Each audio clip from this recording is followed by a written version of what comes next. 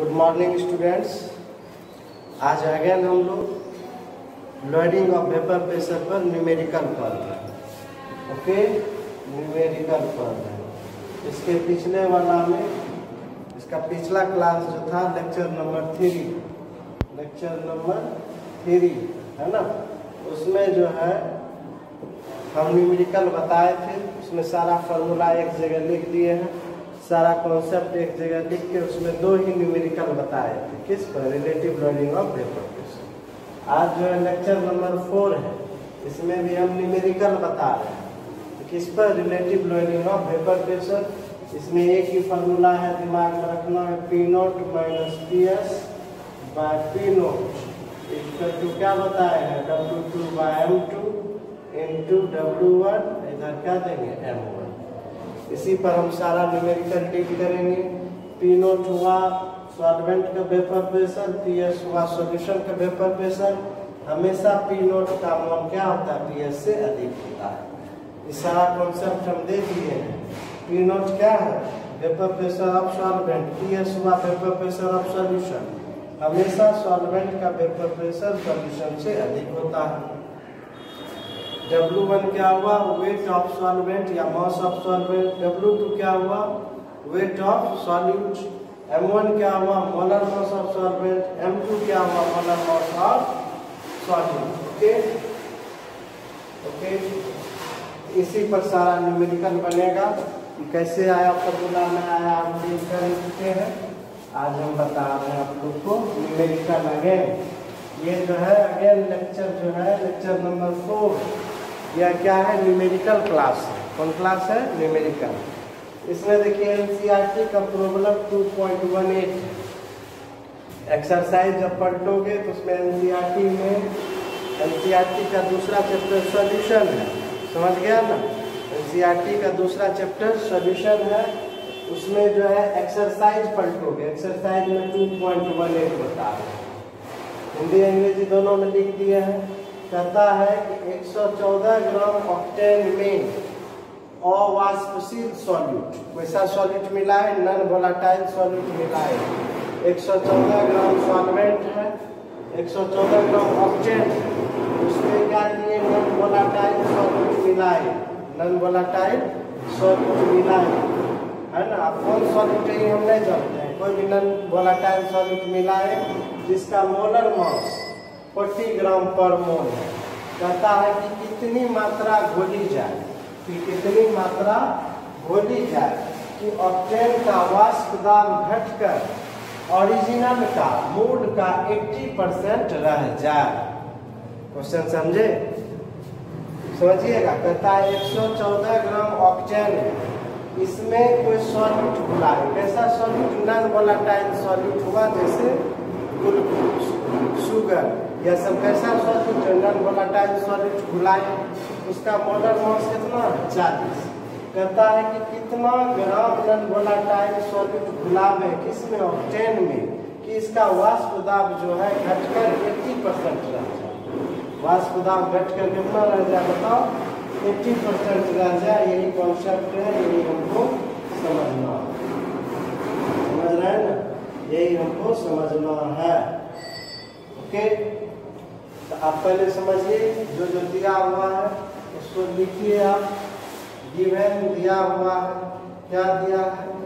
114 ग्राम octane, मतलब wait दिया है किसका? सॉल्वेंट का। इसी सॉल्वेंट में ना अवाष्पशील सॉल्यूट मिला है। यह सॉल्वेंट का वेट W1 कितना है? 114 ग्राम, है ना।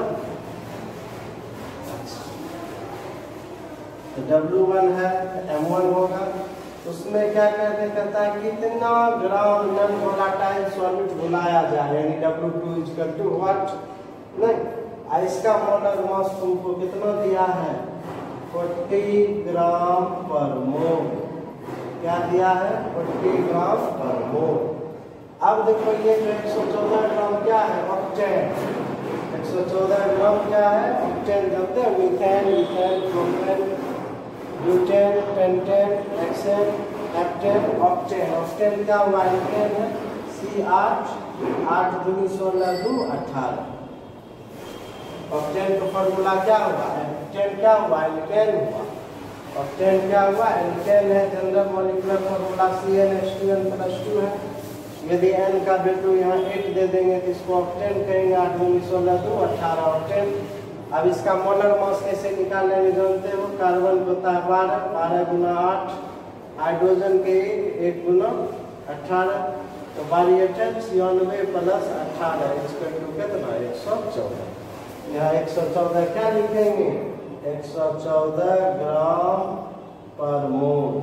मोलर मास में यूज हम लोग क्या करेंगे? यूनिट देखिए, ध्यान दीजिएगा, जहाँ मोलर मास होगा वहाँ यूनिट देंगे ग्राम पर। जहाँ सिर्फ वेट रहेगा या मास रहेगा तो वहाँ क्या देंगे? केजी या ग्राम। ग्राम दी। यहाँ भी देखो मोलर मास है ग्राम पर हो, यहाँ मोलर मास है ग्राम पर हो। यहाँ तक हो गया। अब यहाँ पर आप समझिएगा, इसमें आप क्या है, अब कहता है कि 114 ग्राम ऑक्टेन में अवाष्पशील सॉल्यूट की कितनी मात्रा मिलाया जाए? W2 घोला जाए कि ऑक्टेन का वाष्प दाब घटकर अपने मूल का कितना हो जाए? 80% रह जाए। तो मान लेते हैं कि सॉल्यूशन नेट मान लिए कि सॉल्वेंट का पी नोट क्या हुआ? सॉल्वेंट का वाष्प दाब चूंकि परसेंट है तो मान लिए कितना? 100 क्या एटमॉस्फेयर या मिलीमीटर Hg कुछ भी मान लो 100 क्या मान लिए हम? एटमॉस्फेयर मान लिए 100 एटमॉस्फेयर। अब हम कहता है कितना सॉल्यूट मिलाया जाए कि इसका वाष्प दाब मूल मान लीजिए 100 के क्या हो जाए? 80% रह जाए। जैसे ही हम सॉल्यूट मिला दिए तो सॉल्यूशन न हो गया, तो 100 का 80% में क्या हुआ? 80% 100 गुना 80/100 कट गया तो कितना हो गया? 80 एटमॉस्फेयर। समझे लाइन? अब कोई जरूरी नहीं कि यहाँ 100 है मानिए, आप 1 मानिएगा। कितना मानिएगा? 1 एटमॉस्फेयर। तो 1 का 80% तब क्या लेंगे? 0.8 एटमॉस्फेयर। समझे? कोई जरूरी नहीं कि 100 है माना जाए। यदि आप 1 मानिएगा तो 1 का 80%, यदि 100 मानिएगा तो 100 का 80%। चूंकि परसेंट दिया है इसीलिए हम 100 मान लेते हैं कि निकालने में सुविधा। और कोई बात नहीं है, कंफ्यूजन नहीं होना कि सर हम 100 क्यों मानेंगे? परसेंट है इसीलिए 100 माने। आपको मन है 1 एटमॉस्फेयर लेने के लिए, 1 एटमॉस्फेयर लीजिए, रिजल्ट हमेशा क्या होगा? सेम। सब चीज सब डाटा आ गया हमारे पास, तो W2 नहीं निकल जाएगा, फॉर्मूला लगा देंगे from relative lowering of vapour pressure. Relative lowering of vapour pressure से हम क्या जानते हैं? P0 minus PS by P0 equal to W2 by M2 into W1 into M1। Clear हुआ? Into M1।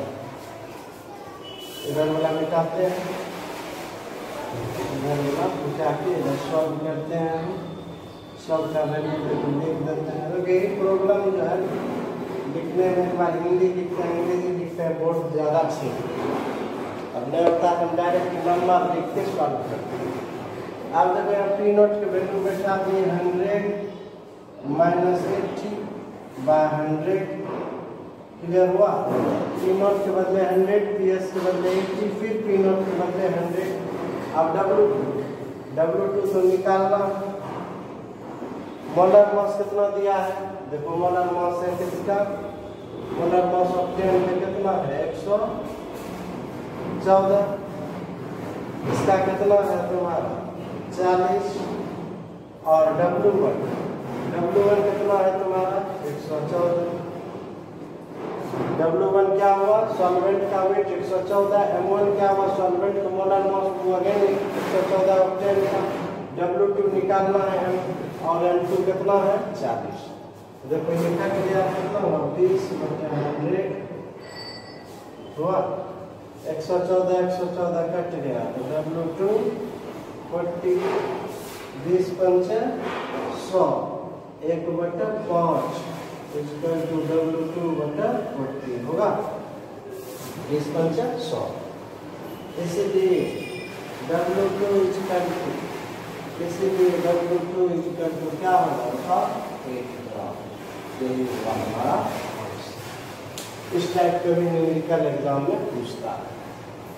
क्वेश्चन आप समझे ना, फिर समझिएगा। कहता है 114 ग्राम ऑक्टेन में कितना अवाष्पशील सॉल्यूट मिलाया जाए, मतलब W2 कितना मिलाया जाए, ये निकालना है कि ऑक्टेन का वाष्प दाब जो है अपने ओरिजिनल वेपर प्रेशर के घट के कितना हो जाए 80%। ये फार्मूला लगा दिए P0 minus PS by P0 equal to इतना, सब के वैल्यू देखो बैठा दिए।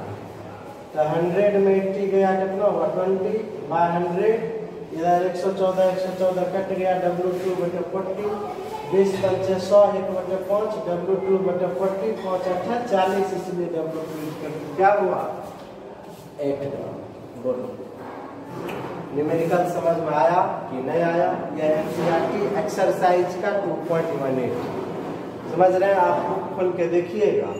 अब प्रॉब्लम को इंग्लिश में लिखने में और हिंदी में लिखने में बहुत ज़्यादा समय की होता है, इसीलिए हम डायरेक्ट जो है पॉइंट खाली लिख देते हैं, क्वेश्चन नंबर लिख के हम उसको सॉल्व करते हैं। आप जो है अपना बुक में क्वेश्चन देख लीजिए। ओके, बहुत प्रॉब्लम बहुत बड़ा होता है, इंग्लिश में लिखेंगे हिंदी में लिखेंगे तो पूरा बोर्ड भर जाएगा, है ना? और न्यूमेरिकल बनाने के लिए जब तक हम डाटा सामने में नहीं रखेंगे तब तक सॉल्व कैसे करेंगे? इसीलिए प्रॉब्लम लिखने के बाद स्पेस नहीं है। इसको उतारो तुम लोग प्रयास से, इसको उतारिए, है ना? इसको उतारिए, तब तक हम देखते हैं आगे।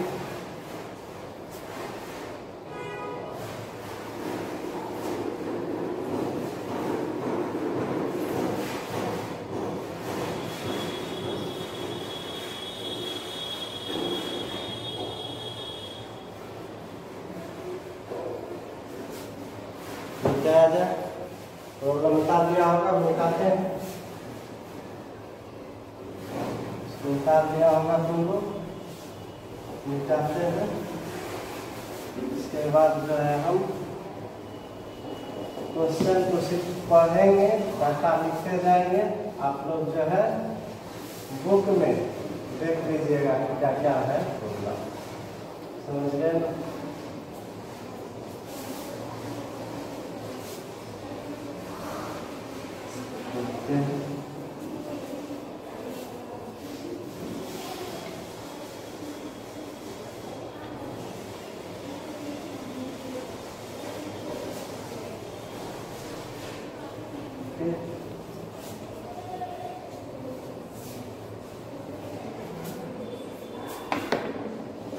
देखिए 2.17 एनसीईआरटी का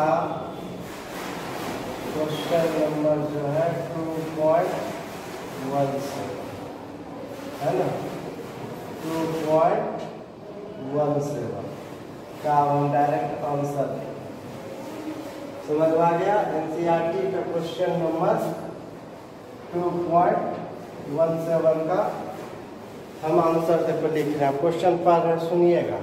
कहता है the vapour pressure of water is 12.3 kilo pascal at 300 kelvin. इसका हिंदी बोल रहे हैं। कहता है 300 केल्विन पर वाटर का वेपर प्रेशर, वाटर का वाष्प दाब कितना है 12.3 किलो पास्कल। तो बताओ क्या दिया है? कह रहा vapour pressure of water is इतना किलो पास्कल एट 300 डिग्री, यानी किसका वेपर प्रेशर दिया है? वाटर। तो वाटर क्या हुआ? सॉल्वेंट। सॉल्वेंट का वेपर प्रेशर को हम क्या माने? कहेंगे गिवन, मतलब क्वेश्चन में दिया हुआ क्या दिया है? P0 12.3 kilo pascal. पास्कल जो प्रेशर की यूनिट, प्रेशर के 4-5 के यूनिट मिलेगा, कहीं मिलीमीटर HG मिलेगा, कहीं मीटर स्क्वायर मिलेगा, कहीं पास्कल मिलेगा, कहीं टॉर मिलेगा, ढेर सारा यूनिट है। यहाँ पर PA मैंने क्या होगा? पास्कल। K मैंने किलो, PA मैंने पास्कल। क्लियर हो गया? इसको करेंगे किलो पास्कल। केल्विन पास्कल नहीं, किलो पास्कल। या वेपर प्रेशर कितना पर है? 300 केल्विन। चूँकि टेम्परेचर बढ़ाएंगे तो वेपर प्रेशर बढ़ेगा, टेम्परेचर घटाएंगे वेपर प्रेशर घटेगा, इसीलिए दे दिया है कि यह जो वेपर प्रेशर है वह कितना पर है? 300 केल्विन। क्लियर? अब देखो दूसरा लाइन कहता है calculate the vapour pressure of 1 molar solution of a non volatile solute in it. Calculate the vapour pressure of 1 molar solution of non volatile solution in it. इसमें हम क्या किए? कोई नॉन वोलेटाइल सॉल्यूट मिलाए, मतलब ऐसा सॉल्यूट जो अवाष्पशील हो उसमें मिलाए। तो जैसे ही मिला देंगे तो सॉल्यूशन हो जाएगा। तो कहता है कि सॉल्यूशन का वेपर प्रेशर क्या होगा? सॉल्यूशन का वेपर प्रेशर क्या होगा, है ना? Calculate the vapour pressure of solution of a non volatile solute in. जैसे ही सॉल्यूट मिला दिए सॉल्यूशन हो गया। अब कितना सॉल्यूट मिलाए? तो वही कह रहा है 1 मोलर सॉल्यूशन। क्या मिलाए? 1 मोलर सॉल्यूशन। देखिए क्वेश्चन में दिया है, शॉर्ट में लिखे अपना देखिए। 1 मोलर सॉल्यूशन मिलाए। कितना मिला दिए? 1 मोलर सॉल्यूशन। 1 मोलर सॉल्यूशन का अर्थ क्या हुआ समझा? इसका अर्थ हुआ मोलेलिटी, हम आपको पढ़ा चुके हैं, इसीलिए हम लेक्चर नंबर 3 में क्या किए? मोलेलिटी के कंसेप्ट दिए। हम जान रहे थे कि न्यूमेरिकल बनाने में मोलेलिटी की जरूरत पड़ेगी। उसमें बताए कि the number of moles of solute, the number of moles of solute dissolve in 1 kg solvent. 1 kg solvent में घुले सॉल्यूट के मोल की संख्या को मोलेलिटी कहा जाता है। तो A1 मोलर सॉल्यूशन का क्या अर्थ हुआ? इसका अर्थ हुआ कि 1 kg सॉल्वेंट में 1 मोल सॉल्यूट घुला हुआ। इसका अर्थ समझा? 1 मोलर सॉल्यूशन का क्या अर्थ हुआ? 1 मोलर सॉल्यूशन का क्या अर्थ हुआ? मीन्स 1 मोल सॉल्यूट लिखिए। इट मीन्स, इसका क्या अर्थ हुआ? इट मीन्स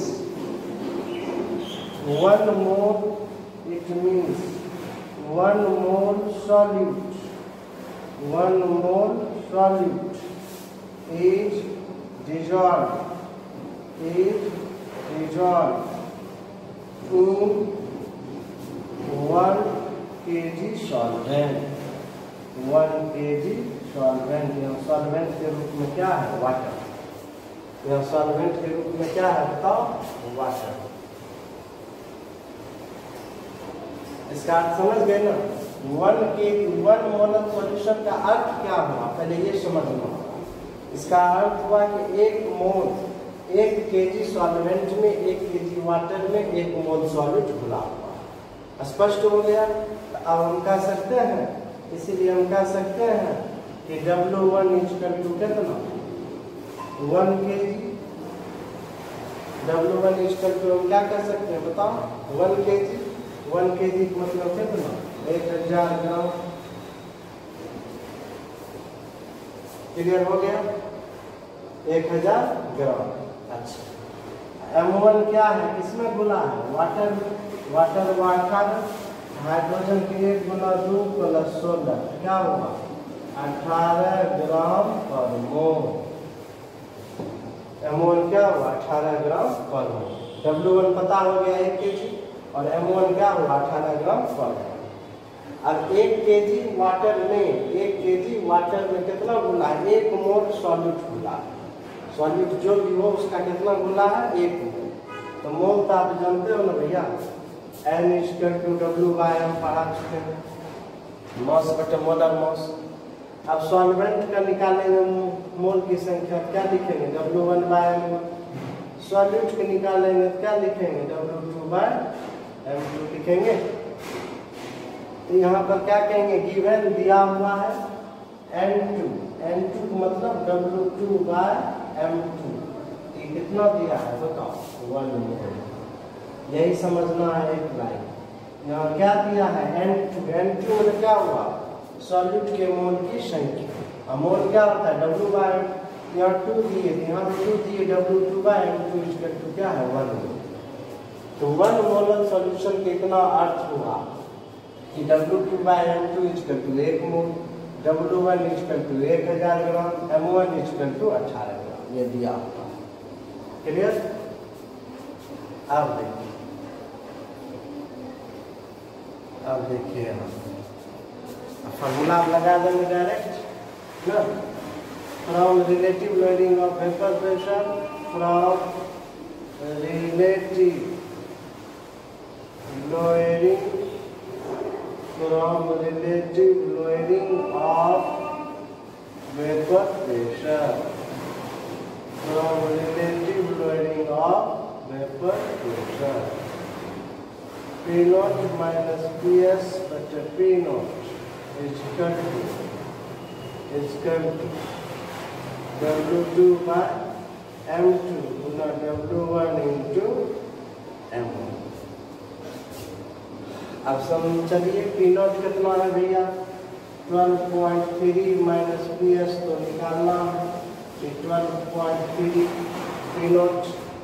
अब W2 बाय M2 देखो W2 बाय M2 के बदले क्या बैठा दिए 1। M1 कितना है 18, M1 molar mass of solvent, W2 by M2 यहाँ W1 यहाँ क्या लिखेंगे M1। M1 कितना है तुम्हारा 18, W1 कितना है 1000। तो सर 1 kg को ग्राम में क्यों बदल दिए? इसीलिए M1 क्या दिया 18 ग्राम पर मोल, यहाँ केजी रहेगा यहाँ ग्राम रहेगा, किसी केजी को बदल दिए किसमें ग्राम। प्रॉब्लम जब भी बनता है तो 1 यूनिट में बनता है। अब देखिए 12.3 माइनस PS इसकल टू कोना गुना करेंगे 18 गुना 12.3 बटा कितना 1000। 12.3 माइनस PS, अब 18 को 12.3 से मल्टीप्लाई करें है ना, 18 को कितना है 18 को मल्टीप्लाई करते हैं कितना से 12.3 से मल्टीप्लाई करते हैं तो कितना होता है 221.4 बटा 1000 है ना। तो 12.3 माइनस PS भाग देते हैं तो 0.2214 आया। इतना तो समझ में आ गया होगा, कहीं से कोई प्रॉब्लम नहीं, दिक्कत नहीं होनी चाहिए है ना, यहाँ तक में दिक्कत नहीं होनी चाहिए। इसमें तो लिखे हैं W1 W2 क्या है उसको हम समझाएंगे। Therefore ये देखो माइनस है उधर जाएगा प्लस होगा तो PS इक्वल टू है ना, इधर आएगा माइनस होगा 12.3 minus 0.2214। Therefore PS equal to समझे, इधर गया प्लस इधर आया माइनस है ना, तो क्या लिखेंगे 12.3 माइनस 0.2214 इक्वल टू 12.07 आया 07, उसी को हम क्या लिखते हैं 8, एक्चुअली में आया 12.078, उसी को राउंडिंग ओवर किए तो 12.08 कर दिए। क्लियर हो गया भैया? इतना क्या लिखेंगे, चूंकि वहाँ P नॉट एटमॉस्फेयर में था 12.3 क्या है किलो पास, सॉरी वहाँ जो है P नॉट कितना था 12.3 किलो पास्कल, तो यहाँ भी क्या लिखेंगे किलो पास्कल, यही हुआ हमारा आंसर। अब ये बताओ ये जो आंसर हम निकाले हैं सही निकाले हैं कि गलत निकाले हैं, इसको समझिए। आपको यही थ्योरम पढ़ाए हैं कि जब भी सॉल्यूशन का वेपर प्रेशर होगा वह सॉल्वेंट से कम होगा। तो सॉल्वेंट का है 12.3, कितना है 12.3, और जबकि PS कितना आया 12.08, 12.3 से कम हुआ कि नहीं हुआ। जैसे ही PS का वैल्यू 12.3 से ज़्यादा आ जाता है तो हम समझ जाते हैं कि कहीं कहीं कैलकुलेशन करने में गलती, क्योंकि इसका मान जो है P नॉट से कम आया, इसका मतलब ये आंसर करेक्ट। समझ में आ गया होगा भैया? उतारिए इसको आप उतारिए बढ़िया से। यहाँ क्या हुआ किलो पास्कल, किलो पास्कल। ठीक है,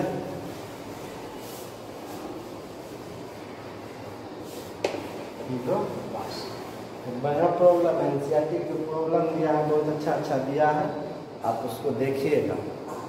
पिछला दिन भी 2 न्यूमेरिकल बताए थे, आज भी 2 न्यूमेरिकल बताए हैं, इसको मिटाया जाए। ये समझे ना, पी नोट के बदले दे दिए 12.3, पी एस निकालना है, फिर 12 पी नोट के बदले 12.3, W2/M2 के बदले 1 मोल। भाई 1 मोल का अर्थ वही हुआ 1 मोल। यहाँ M1 18 दिए, W1 1000 है ना। अब देखो क्या किए, कोना कोनी गुना किए, ये ऊपर आ जाएगा 18 × 12.3 बटे 1000, दोनों को मल्टीप्लाई किए इतना में 1000 से भाग दिए इतना, इसलिए पी एस यूज करके उसको घटा दिए, कितना आ गया 12.08 किलो पास्कल। यही हमारा क्या हुआ भैया आंसर। ओके, यही आंसर हुआ। मिटाया जाए, इसको मिटाते है ना, इस तरह से ठीक रहता है बनाने में।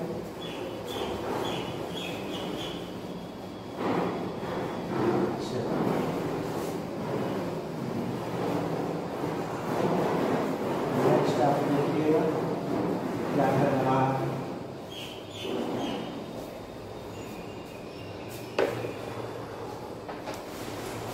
नेक्स्ट देखिए है आपका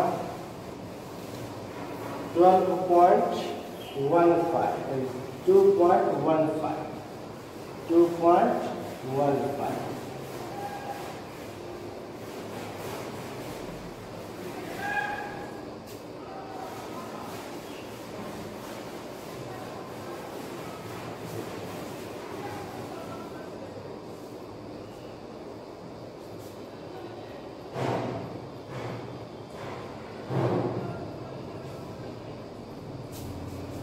2.15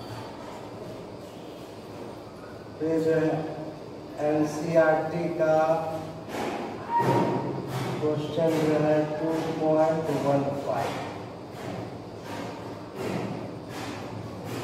कितना है 2.15, इसका आंसर है।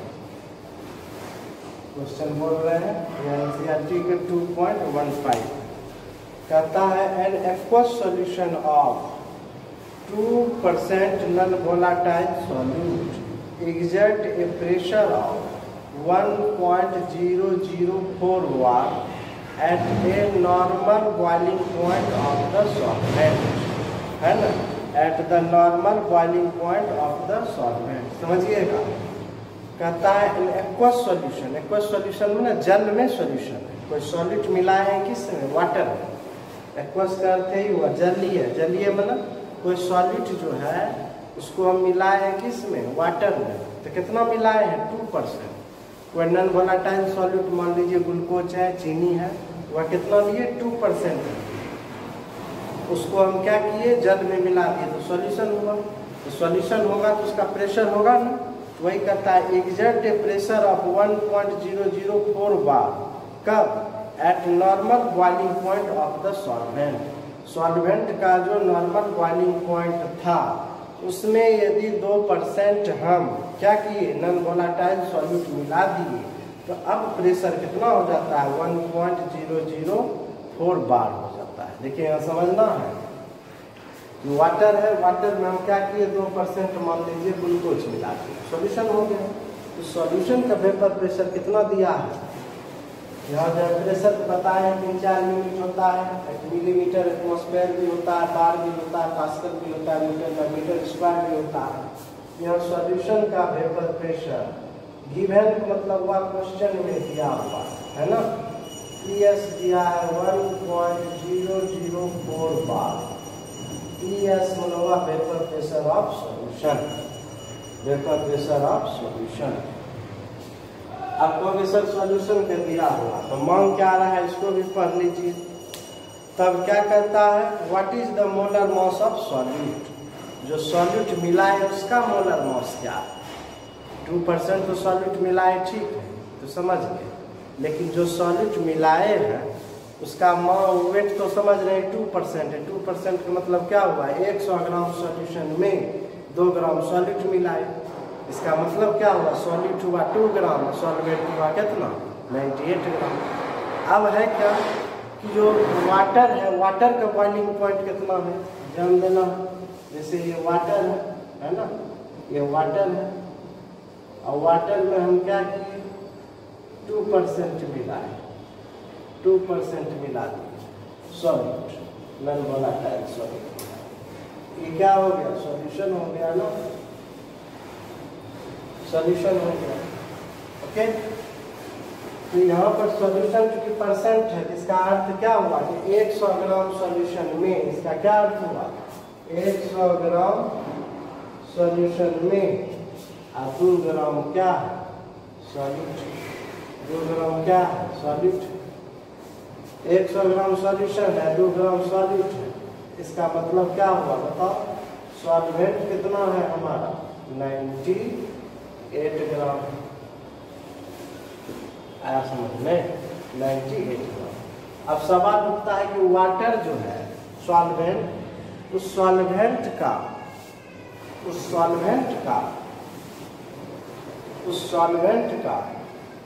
वेपर प्रेशर कितना होगा। उसी के लिए देखिए एक लाइन दिया हुआ कहता है कि exact pressure of 1 point, solution का वेपर प्रेशर कितना है 1.004 बार, कब at the normal boiling point of solvent. Solvent का जो बॉइलिंग पॉइंट है at the normal boiling point of solvent. Boiling point किसको कहते हैं, इसके बारे में पढ़ा है कि वह टेम्परेचर जिस पर किसी लिक्विड का vapour pressure atmospheric vapour pressure के बराबर हो जाए, इसके बराबर हो जाए, एटमॉस्फेरिक वेपर प्रेशर के बराबर हो जाए, उसी को क्या कहते हैं बॉइलिंग। तो बॉइलिंग पॉइंट का मतलब हुआ कि किसी भी चीज का जो हम प्रेशर लेते हैं किस पर, एटमॉस्फेरिक प्रेशर। किसी बॉइलिंग पॉइंट का मतलब जैसे वाटर जो कहते हैं बॉइलिंग पॉइंट 100 डिग्री से, इसका क्या अर्थ हुआ समझा कि वाटर का बॉइलिंग पॉइंट जो है एटमॉस्फेरिक प्रेशर जो होता है वह 1 एटमॉस्फेयर होता है। 1 एटमॉस्फेरिक प्रेशर पर वाटर का बॉइलिंग पॉइंट 100 डिग्री है ना। तो यहाँ पर जो है P नोट इक्वल टू क्या हुआ, सॉल्वेंट का वेपर प्रेशर 1 एटमॉस्फेयर पर, 1 एटमॉस्फेयर पर वेपर प्रेशर होता है 1.013 बार। जब हम दूसरा क्वालिटेटिव प्रॉपर्टी पढ़ाएंगे बॉइलिंग पॉइंट, वहाँ ज़्यादा क्लियर होगा कि सर ये कहाँ से आया। अभी थोड़ा दिक्कत होता होगा कि 1.013 बार कहाँ से लाए। सॉल्यूशन तो क्वेश्चन में दिया है कि नहीं दिया है, लेकिन इसके बदले दे दिया बॉइलिंग पॉइंट। बॉइलिंग पॉइंट का मतलब क्या हुआ कि प्रेशर कितना पर लेंगे 1 एटमॉस्फेयर पर। तो 1 एटमॉस्फेयर इक्वल टू होता है 760 मिलीमीटर Hg। जानते 1 atmosphere equal to 760 millimetre Hg equal to 1.013 गुना 10 टू द पावर 5 पास्कल। 1.013 गुना 10 to the power 5 pascal equal to 1.013 bar. तो 1 एटमॉस्फेयर पर जो है प्रेशर कितना है 1.013। बॉइलिंग पॉइंट का मतलब ये हुआ वेपर प्रेशर कितना लेना है 1 एटमॉस्फेयर पर। तो 1 एटमॉस्फेयर मतलब 760 मिलीमीटर Hg इक्वल टू 1.013 गुना 10 to the power 5 pascal equal to 1.013 बार।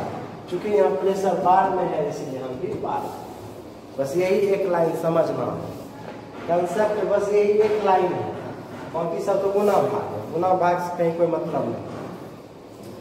अब यहाँ पर समझना है 2% सॉल्यूट क्या है। 2% सॉल्यूट का अर्थ क्या हुआ कि 100 ग्राम सॉल्यूशन में, 100 ग्राम सॉल्यूशन में क्या है 2%। 100 ग्राम सॉल्यूशन में 2 ग्राम सॉल्यूट दिया, कहेंगे गिवन दिया W2 कितना 2 ग्राम। M2 क्या हुआ 2 ग्राम, जो कितने निकाल रहा है मोलर मास सॉल्यूट। W2 कितना हुआ 2 ग्राम, सॉल्यूट तो मोलर मास क्या हुआ निकालना। अच्छा प्रोफेसर W1 कितना, इसका अर्थ क्या हुआ कि 100 ग्राम सॉल्यूशन में 2 ग्राम सॉल्यूट है, मतलब क्या हुआ 98 ग्राम सॉल्वेंट। सॉल्वेंट कितना हुआ बताओ 98 ग्राम। M1 क्या है, वाटर ना। 1 गुना 2 प्लस 16 इक्वल टू 18 ग्राम पर मोल, 18 ग्राम पर मोल दिया। तो हमको क्या निकल जाएगा, अभी तुम्हें निकल जाएगा, आराम से निकाल लीजिए, आराम से आप निकाल लीजिए। समझ रहे हैं 2% का अर्थ कैसे कैसे हुआ, ये हम बताए आप। तो वही कॉन्जुगेटिव प्रॉपर्टी जो पढ़े हैं, from relative lowering of vapor pressure, P naught minus Ps बटे P naught is equal to W2 by M2 into W1 into M1।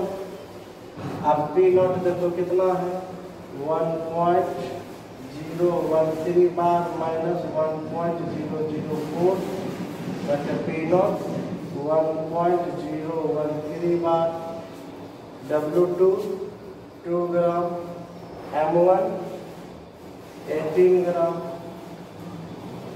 W2 कितना हुआ, 2 ग्राम, M1 क्या हुआ, 18 ग्राम। क्लियर हो गया। M2 कितना है, यही तो निकालना है, और W1 कितना हुआ, 98। अब सबको तो यहाँ गुना भाग करना, पहले ये समझिएगा। 1.013 माइनस 1 पॉइंट कितना, यहाँ घटाते हैं, यहाँ 10 दिन 13 13 में 4 गया, कितना हुआ 9, यहाँ 10 दिन 13 13 में 4 गया 9, यहाँ क्या बचा 0 0 में 0 गया 0, यहाँ क्या है 0 0 में 0 गया 0, अगर 1 में 1 गया इतना माइनस 1.01, ठीक है ना, 0.009। अब देखो 18 दूनी 36 गुना M2 गुना 98। अब कोना कोनी गुना कर देते हैं ना, ये M2 को इधर कर देते हैं, इसीलिए M2 इक्वल टू, इसको यहाँ कर ये वाला यहाँ हो जाएगा 36 गुना 1.013। समझिएगा, कोना कोनी गुना कर रहे, 36 गुना 1.013, ये देखिए 98 है, 98 रहने दिए, M2 को यहाँ कर दिए, इसको यहाँ कर दिए 0.009, इसलिए M2 को गुना करके भाग दे दीजिए, गुना करके भाग दे दीजिए, जो आया वही आंसर है। इसको गुना करके भाग दीजिएगा तो आ जाएगा 41.35, इसको गुना करके भाग दीजिए 41.35, इतना क्या करिएगा, ग्राम पर मोल, ग्राम पर। क्या समझे कि नहीं समझे, इतना ग्राम पर। सबका वैल्यू बैठा दिए, P नॉट क्या है, PS क्या है, W1 W2 देखो 2 ग्राम, M1 18 ग्राम, M2 निकालना है, W1 98 ग्राम, इस दोनों को घटाए तो 0.009 आया। ओके, इतना है, इस दोनों गुना के 18 दूनी 36 गुना इतना, सबको गुना रखिए, कितना आया 41.35 ग्राम पर मोल। यही सॉल्यूट का क्या हुआ, मोलर मास। एनसीईआरटी का 2.15 नंबर प्रॉब्लम है ना, बता लीजिए। अब उसी पे हिंदी में लिखेंगे, इंग्लिश में लिखेंगे, बोर्ड भर जाता है, फिर सॉल्व कैसे करेंगे, जब तक डाटा आगे नहीं रहेगा प्रॉब्लम बनेगा नहीं। ओके, इस तरह से आपको बनाना, इधर मिटाते हैं, उधर उतारो, इधर आप लोग देखिए क्या कह रहे हैं।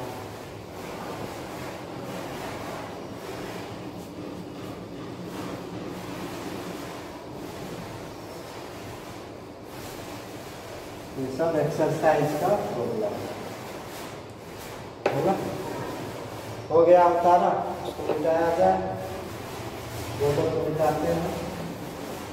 कि रुकें।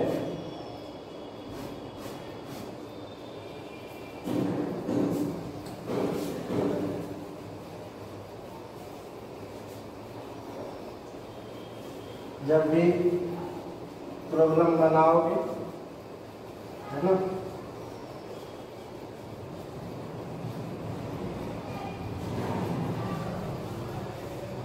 ध्यान देना एक चीज, ये जो प्रॉब्लम बना रहे हो ना, आप कैसे बनाइएगा, बुक को आगे में रखिएगा।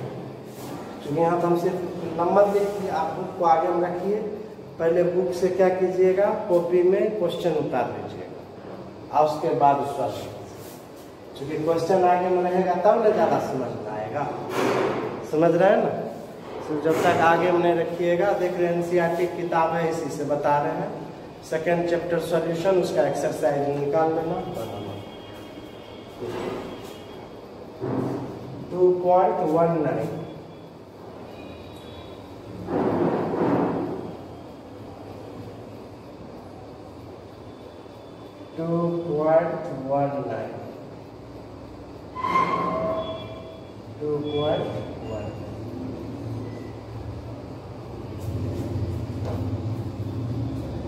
समझिए, कहता है solution containing 30 gram of non volatile solute.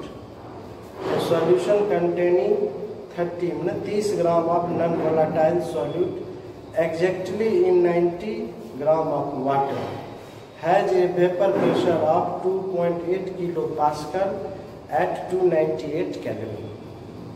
Hindi समझिएगा, कहता है 298 केल्विन ताप पर जब हम 90 ग्राम वाटर में, कितना ग्राम, 90 ग्राम वाटर में 30 ग्राम कोई नॉन वोलेटाइल सॉल्यूट मिलाते हैं तो सॉल्यूशन का वेपर प्रेशर कितना होता है, 2.8 किलो पास्कल प्राप्त होता है। ध्यान दीजिएगा, क्वेश्चन यही कह रहा है। ध्यान दीजिए, क्वेश्चन यही है कि हमारे पास क्या है, हमारे पास क्या है, 90 ग्राम वाटर, है ना, 90 ग्राम वाटर। इसमें हम क्या किए, 30 ग्राम सॉलिड मिलाए। सॉलिड मिलाए तो सॉल्यूशन का वेपर प्रेशर PS कितना है, 2.8 किलो पास्कल है। क्वेश्चन में दिया हुआ, यह फर्स्ट केस, समझिए। अब आगे पढ़ो, कहता फर्दर आगे 18 gram of water is then added. अब जब पुनः हम इसमें 18 ग्राम वाटर दे देते हैं, तो इतना ग्राम तो है ही है, पहले से तो 30 ग्राम है ही है, समझ रहे हैं, 30 पहले से तो 90 ग्राम वाटर है ही है। इसमें पुनः हम क्या किए, 18 ग्राम वाटर हम और ऐड कर दिए। अब वाटर बढ़ गया ना, तो पहले वाटर इतने था, अब वाटर क्या हो, बढ़ के यहाँ तक आ गया। सॉलिड वही है 30 ग्राम सॉलिड। इसमें कहता है कि further 18 gram of water is then added to the solution, then the new vapor pressure of solution becomes ethanol. The new vapor pressure of solution, अब solution का नया vapor pressure कितना हो जाता है, 2.9 किलो पास्कल हो जाता है। और new vapour pressure, new vapour pressure solution के कितना हो जाता है, 2.9 किलो पास्कल हो जाता है। तो कहता है calculate the molar mass of solute. क्या कहता है, calculate the molar mass of solute and the vapour pressure of water. दो क्वेश्चन कहता है, एक में क्या कहता है, calculate the molar mass of solute, calculate the molar mass of solute M2 दूसरा, इसमें दो क्वेश्चन। दूसरा कहता है vapour pressure of water, water क्या है, सॉल्यूट है, इसका क्वेश्चन समझिएगा, क्वेश्चन समझाते हैं, समझिएगा। कहता है कि 90 ग्राम वाटर में जब 30 ग्राम सॉल्यूट मिलाते हैं, तो जैसे ही वाटर में सॉल्यूट मिला दिए सॉल्यूशन होगा, तो सॉल्यूशन को वेपर प्रेशर कुछ न कुछ होगा ना। तो कितना पाया गया? 2.8 किलो पास्कल पाया गया, पहला केस। अब दूसरा केस में क्या कहता है कि 90 ग्राम तो वाटर है ये है, इसमें 18 ग्राम वाटर और मिला, जितना 90 ग्राम था उसमें 18 ग्राम और मिला, और सॉल्यूट तो वही है 30 ग्राम। तो अब जो सॉल्यूशन हुआ उसका वेपर प्रेशर कितना होगा? 2.9 किलो पास्कल। आपको पता करना है कि सॉल्वेंट जो है वाटर, उस वाटर का वेपर प्रेशर क्या है, उस वाटर का वेपर प्रेशर क्या है। यहाँ देखिए दो केस है, दो इक्वेशन बना के सॉल्व करें, है ना। फर्स्ट केस में क्या है? फर्स्ट केस में देखिए W1 कितना है तुम्हारा? W1 कितना है तुम्हारा? 90 ग्राम। M1 है वाटर, वाटर को मोलर मास कितना बताया? 18 ग्राम पर मोल। चलिए अब हम क्या किए? W2 कितना? 30 ग्राम। W2 कितना है? 30 ग्राम, है ना। तो वही तो इसका M2 निकालना है, सॉल्यूट का मोलर मास क्या है। और यहाँ पर जो है आपको दिया हुआ है PS 2.8, कितना दिया है? 2.8 किलो पास्कल, 2.8 किलो पास्कल, यह पहला केस। अब वही तो P नोट निकालना, समझे। तो हम क्या करेंगे? इससे एक इक्वेशन बना लेंगे, इससे एक इक्वेशन बना देते हैं। देखिए ये पहला केस हो गया, समझिएगा। ये फर्स्ट केस हुआ, नहीं क्या कहेंगे? सिंस, डायरेक्ट लिखते हैं, since P naught minus PS बटे P naught is equal to W2 by M2 into W1 into M1। Clear? अब P नोट कितना है? यहाँ P नोट कितना है तो निकालना है। P नोट माइनस PS 2.8 बटे P नोट इजकल W2 कितना है? 30 गुना M1 कितना है? 18। ओके, M2 तो निकालना है, और W1 कितना है? 90। समझे? P नोट माइनस PS है 2.8, P नोट W2 की जगह 30, M1 की जगह 18, M2 को निकालना है, फिर W1 कितना है तुम्हारा? 9। यह पहला है, इसको इक्वेशन 1। इसको देखो कटा देते हैं। P नोट माइनस 2.8 बटे P नोट 30 दिया 90, 30 दिया 90, 3 छाके 18, 6 बटे कितना? M2। ये इक्वेशन 1 समझिए। 30 दिया 90, 3 हुआ यहाँ, 3 छाके 18, क्या हुआ? 6 बाय M2, इक्वेशन 1 पहला फर्स्ट केस यहाँ तो बता दिए। तब हम लोग डिस्कस करेंगे सेकेंड केस, ये वाला केस है। अब उसमें 90 ग्राम वाटर में हम 18 ग्राम वाटर और मिला दें। सेकेंड केस, सेकेंड केस अब देखोगे कि क्या है। What is second case?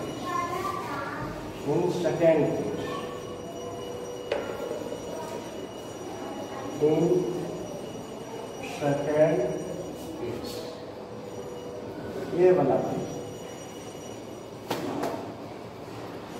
Solute तो वही है W2 30 ग्राम, M2 तो निकालना ये सॉल्यूट का मोलर मास, है ना। अब जैसे W1 कितना? 90 ग्राम तो पहले से था, इसमें 18 ग्राम और मिला तो कितना हो गया? 108 ग्राम हो गया। W1 कितना हो गया 108 ग्राम। M1 चूंकि वाटर है, वाटर का मोलर मास जानते करते हो 18 ग्राम पर मोल। लेकिन अब जो नया सॉल्यूशन है उसका वेपर प्रेशर हो जाता है 2.9 किलो पास्कल। सॉल्यूशन का वेपर प्रेशर कितना हो जाता है 2.9 किलो पास्कल। क्लियर हो गया? समझ गए सेकेंड फिगर से कि जैसे ही 18 ग्राम वाटर मिला दिए तो अब वेपर प्रेशर हो गया 2.9 किलो पास्कल। फिर देखो वही फॉर्मूला लगाते हैं P0 माइनस PS बटे P0 equal to W2 by M2 into W1 into M1। Clear हुआ? अब सब का मान बैठा ना, सब का मान बैठा दीजिए। कहाँ रखते हैं देखते हैं, जरिए स्वास्थ्य कर जाता है ना, यही रखते हैं। चलो P0 माइनस 2.9 बटे P0। अब देखिए यहाँ W2 है 30 गुना M1 18, M2 W1 कितना 108।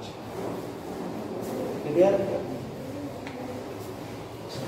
मिटाते हैं, दो इक्वेशन बनाना होगा, इक्वेशन 1 इक्वेशन 2 इसको बना चुके हैं। इधर वाला इक्वेशन मिटाते हैं, इधर वाला मिटाते हैं, इसको रखेंगे नहीं जब तक आगे में सॉल्व कैसे हो।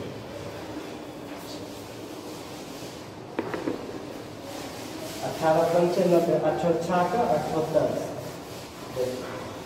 छह बार कट जाएगा। 88 का 78 6 पंचे 30, 6 से 30 में भाग देने में क्या होगा 5। तो P0 माइनस 2.9 बटे P0 इज इक्वल टू 6 पंचे 30 5 बटे क्या M2 बटे। समझे? दो इक्वेशन जो लाए है कुछ नहीं। 88 का 78 से 6 पंचे 30 क्या होगा 5 बटे M2। दो इक्वेशन बना लिए भैया, कोई दिक्कत नहीं। अब तो सॉल्व कर देना। अब बचा कहाँ ना, अब इसको आप क्या करोगे सॉल्व कर दोगे, इसको सॉल्व कर दोगे। भाग दे देंगे,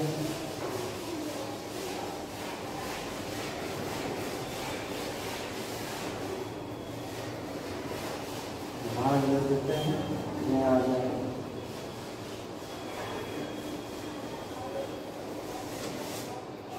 इक्वेशन 2 में भागा दे देते हैं इक्वेशन 1 से या 1/2 से, जिससे दीजिएगा आपसे कोई अंतर नहीं। इक्वेशन 1 भागा इक्वेशन 2। इक्वेशन 1 में देखो 2 से भाग देंगे P0 कट जाएगा, M2 कट जाएगा। यहाँ क्या बचेगा P0 माइनस 2.8। समझे?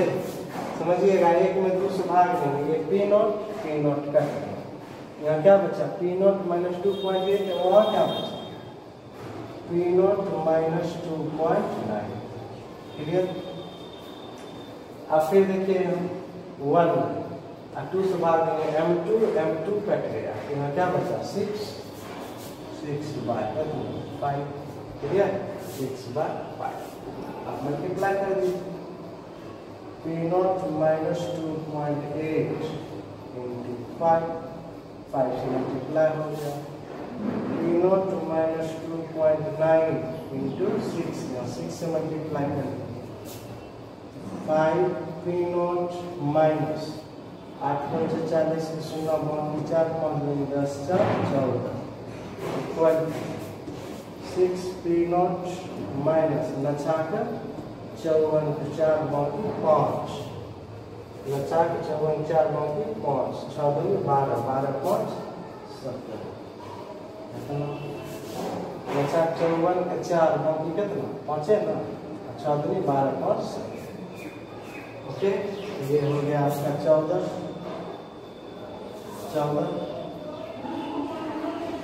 अच्छा, इसको इधर लाएंगे प्लस, इसको इधर ले जाएंगे। देखिए इसको इधर लाते हैं प्लस, तो 17.4 माइनस 14.4 क्लियर हुआ। माइनस है इधर लाए प्लस, 17.4 माइनस 14, यहाँ क्या होगा 6 माइनस 5, 14 3 17, 3.4 आंसर आ गया ना। therefore P naught equal to कितना 3.4 क्या लिखे हैं किलो पास्कल, क्या लिखे हैं किलो पास्कल। ये हुआ आंसर, इसमें है किलो पास्कल, इसमें दिया है किलो पास्कल में दिया है kilo pascal. Vapour pressure of water कितना हो गया 3.4 किलो पास्कल। उतार कितना आ गया 3.4 किलो पास्कल। उतारिए बढ़िया से, 3.4 किलो पास्कल। क्वेश्चन नंबर कितना है 2.19। देखिए ये एनसीईआरटी की जो एक्सरसाइज है, ये पीछे में दिया रहता आंसर है ना, आंसर से मिला 3.4 किलो पास्कल, एक आंसर आ गया। ये समझे कि नहीं समझे, फिर समझिएगा। इक्वेशन 1 में 2 से भाग, इक्वेशन में 1 में क्या है P नॉट माइनस 2.8, इसका P नॉट कट गया, यहाँ क्या बचा P नॉट माइनस 2.9, इसका M2 कट गया 6/5, इसको इससे गुना कर दिए, इसको इससे गुना किए, सॉल्व करेंगे, एक आंसर आ गया। आप क्या करेंगे P नॉट का मान या तो इक्वेशन 1 में बैठा दीजिए तो M2 निकल जाएगा, या इक्वेशन 2 में बैठा दीजिए तो भी M2 निकल जाएगा, किसी का भी मान बैठा देंगे तो निकल जाएगा ना। इसमें रखें इक्वेशन 1 या इक्वेशन 2 किसी में रख देते हैं। पुटिंग द वैल्यू ऑफ, इसको उतारिए तब हम निकालेंगे। इसमें 2 क्वेश्चन है ना, एक P नॉट निकालना था, तो P नॉट तो निकल गया, दूसरा क्या निकालना है M2। अब M2 पर आएंगे, किसी में वैल्यू बैठा देंगे, आंसर किसी में वैल्यू बैठा देंगे, आंसर आ जाएगा। इक्वेशन 1 से देखते हैं, फ्रॉम इक्वेशन 1 P नॉट कितना निकाले 3.4 माइनस 2.8, बट फिर P नॉट की जगह 3.4, P नॉट की जगह बैठा दिए 3.4 माइनस 2.8, फिर P नॉट की जगह 3.4 इक्वल टू 6/M2, इसको घटाएंगे तो 0.6/3.4, 6 कितना M2। अब देखिए दशमलव के बाद 1 अंक, दशमलव के बाद 1 अंक, पॉइंट उड़ा दी, ये 6 क्या हुआ कट गया, रहने देते हैं दूसरा स्टेप, पॉइंट उड़ा दिए, क्या होगा 6/34 इक्वल टू 6/M2, पॉइंट उड़ गया, 6 क्या हुआ कट गया, therefore M2 इक्वल टू क्या लिखेंगे 34 ग्राम पर मोल, 34 ग्राम पर मोल। कितना आया बताओ 34 ग्राम पर मोल, कितना हुआ।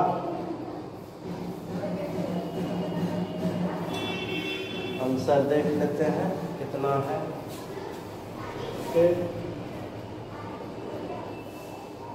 34 2.19 में क्या दिया है 34 ग्राम पर गुड। इस तरह से भैया एक्सरसाइज में 4 न्यूमेरिकल था। Relative loading of vapour pressure क्या बताए हैं, 4 क्वालिटेटिव प्रॉपर्टी है। एक क्वालिटेटिव प्रॉपर्टी हम कंप्लीट कर दिए, पहले थ्योरी बताए और फिर थ्योरी से रिलेटेड न्यूमेरिकल्स जो है उसको बताए। तो एग्जाम में कभी न्यूमेरिकल्स पूछता है, ज़्यादातर न्यूमेरिकल देता है और थ्योरी दोनों देता है, नहीं कहीं बहुत इंपॉर्टेंट है। और सब सेक्शन से तो हम देखते हैं ज़्यादातर न्यूमेरिकल उठाता है, लेकिन इसमें थ्योरी से भी उसी हिसाब से क्वेश्चन उठाता है, न्यूमेरिकल से भी उसी हिसाब से उठाता है। यानी इस कोलिगेटिव प्रॉपर्टी में 4 कोलिगेटिव प्रॉपर्टी है। इसमें हम जितना भी थ्योरी पढ़ाएंगे और जितना भी न्यूमेरिकल पढ़ाएंगे आप उसको कमांड कर लीजिएगा, यहीं से क्वेश्चन सॉल्यूशन में आता है। और 5 नंबर एकदम पक्की है, पक्की, समझ रहे हैं ना, 5 नंबर एकदम पक्की। आप उसको बढ़िया से पढ़िएगा, है ना। इसमें 4 कोलिगेटिव प्रॉपर्टी एक खत्म कर दिए, relative loading of vapour pressure खत्म कर दिए। फिर पढ़ेंगे एलिवेशन ऑफ बॉइलिंग पॉइंट, फिर उस पर numerical, depression of freezing point, फिर उस पर न्यूमेरिकल, फिर ऑस्मोटिक प्रेशर, फिर उस पर न्यूमेरिकल, फिर अब नॉर्मल कोलिगेटिव प्रॉपर्टी उस पर न्यूमेरिकल। इतना है, इसमें 5 सेक्शन पढ़ना है, एक पार्ट पूरा। Okay, thanks.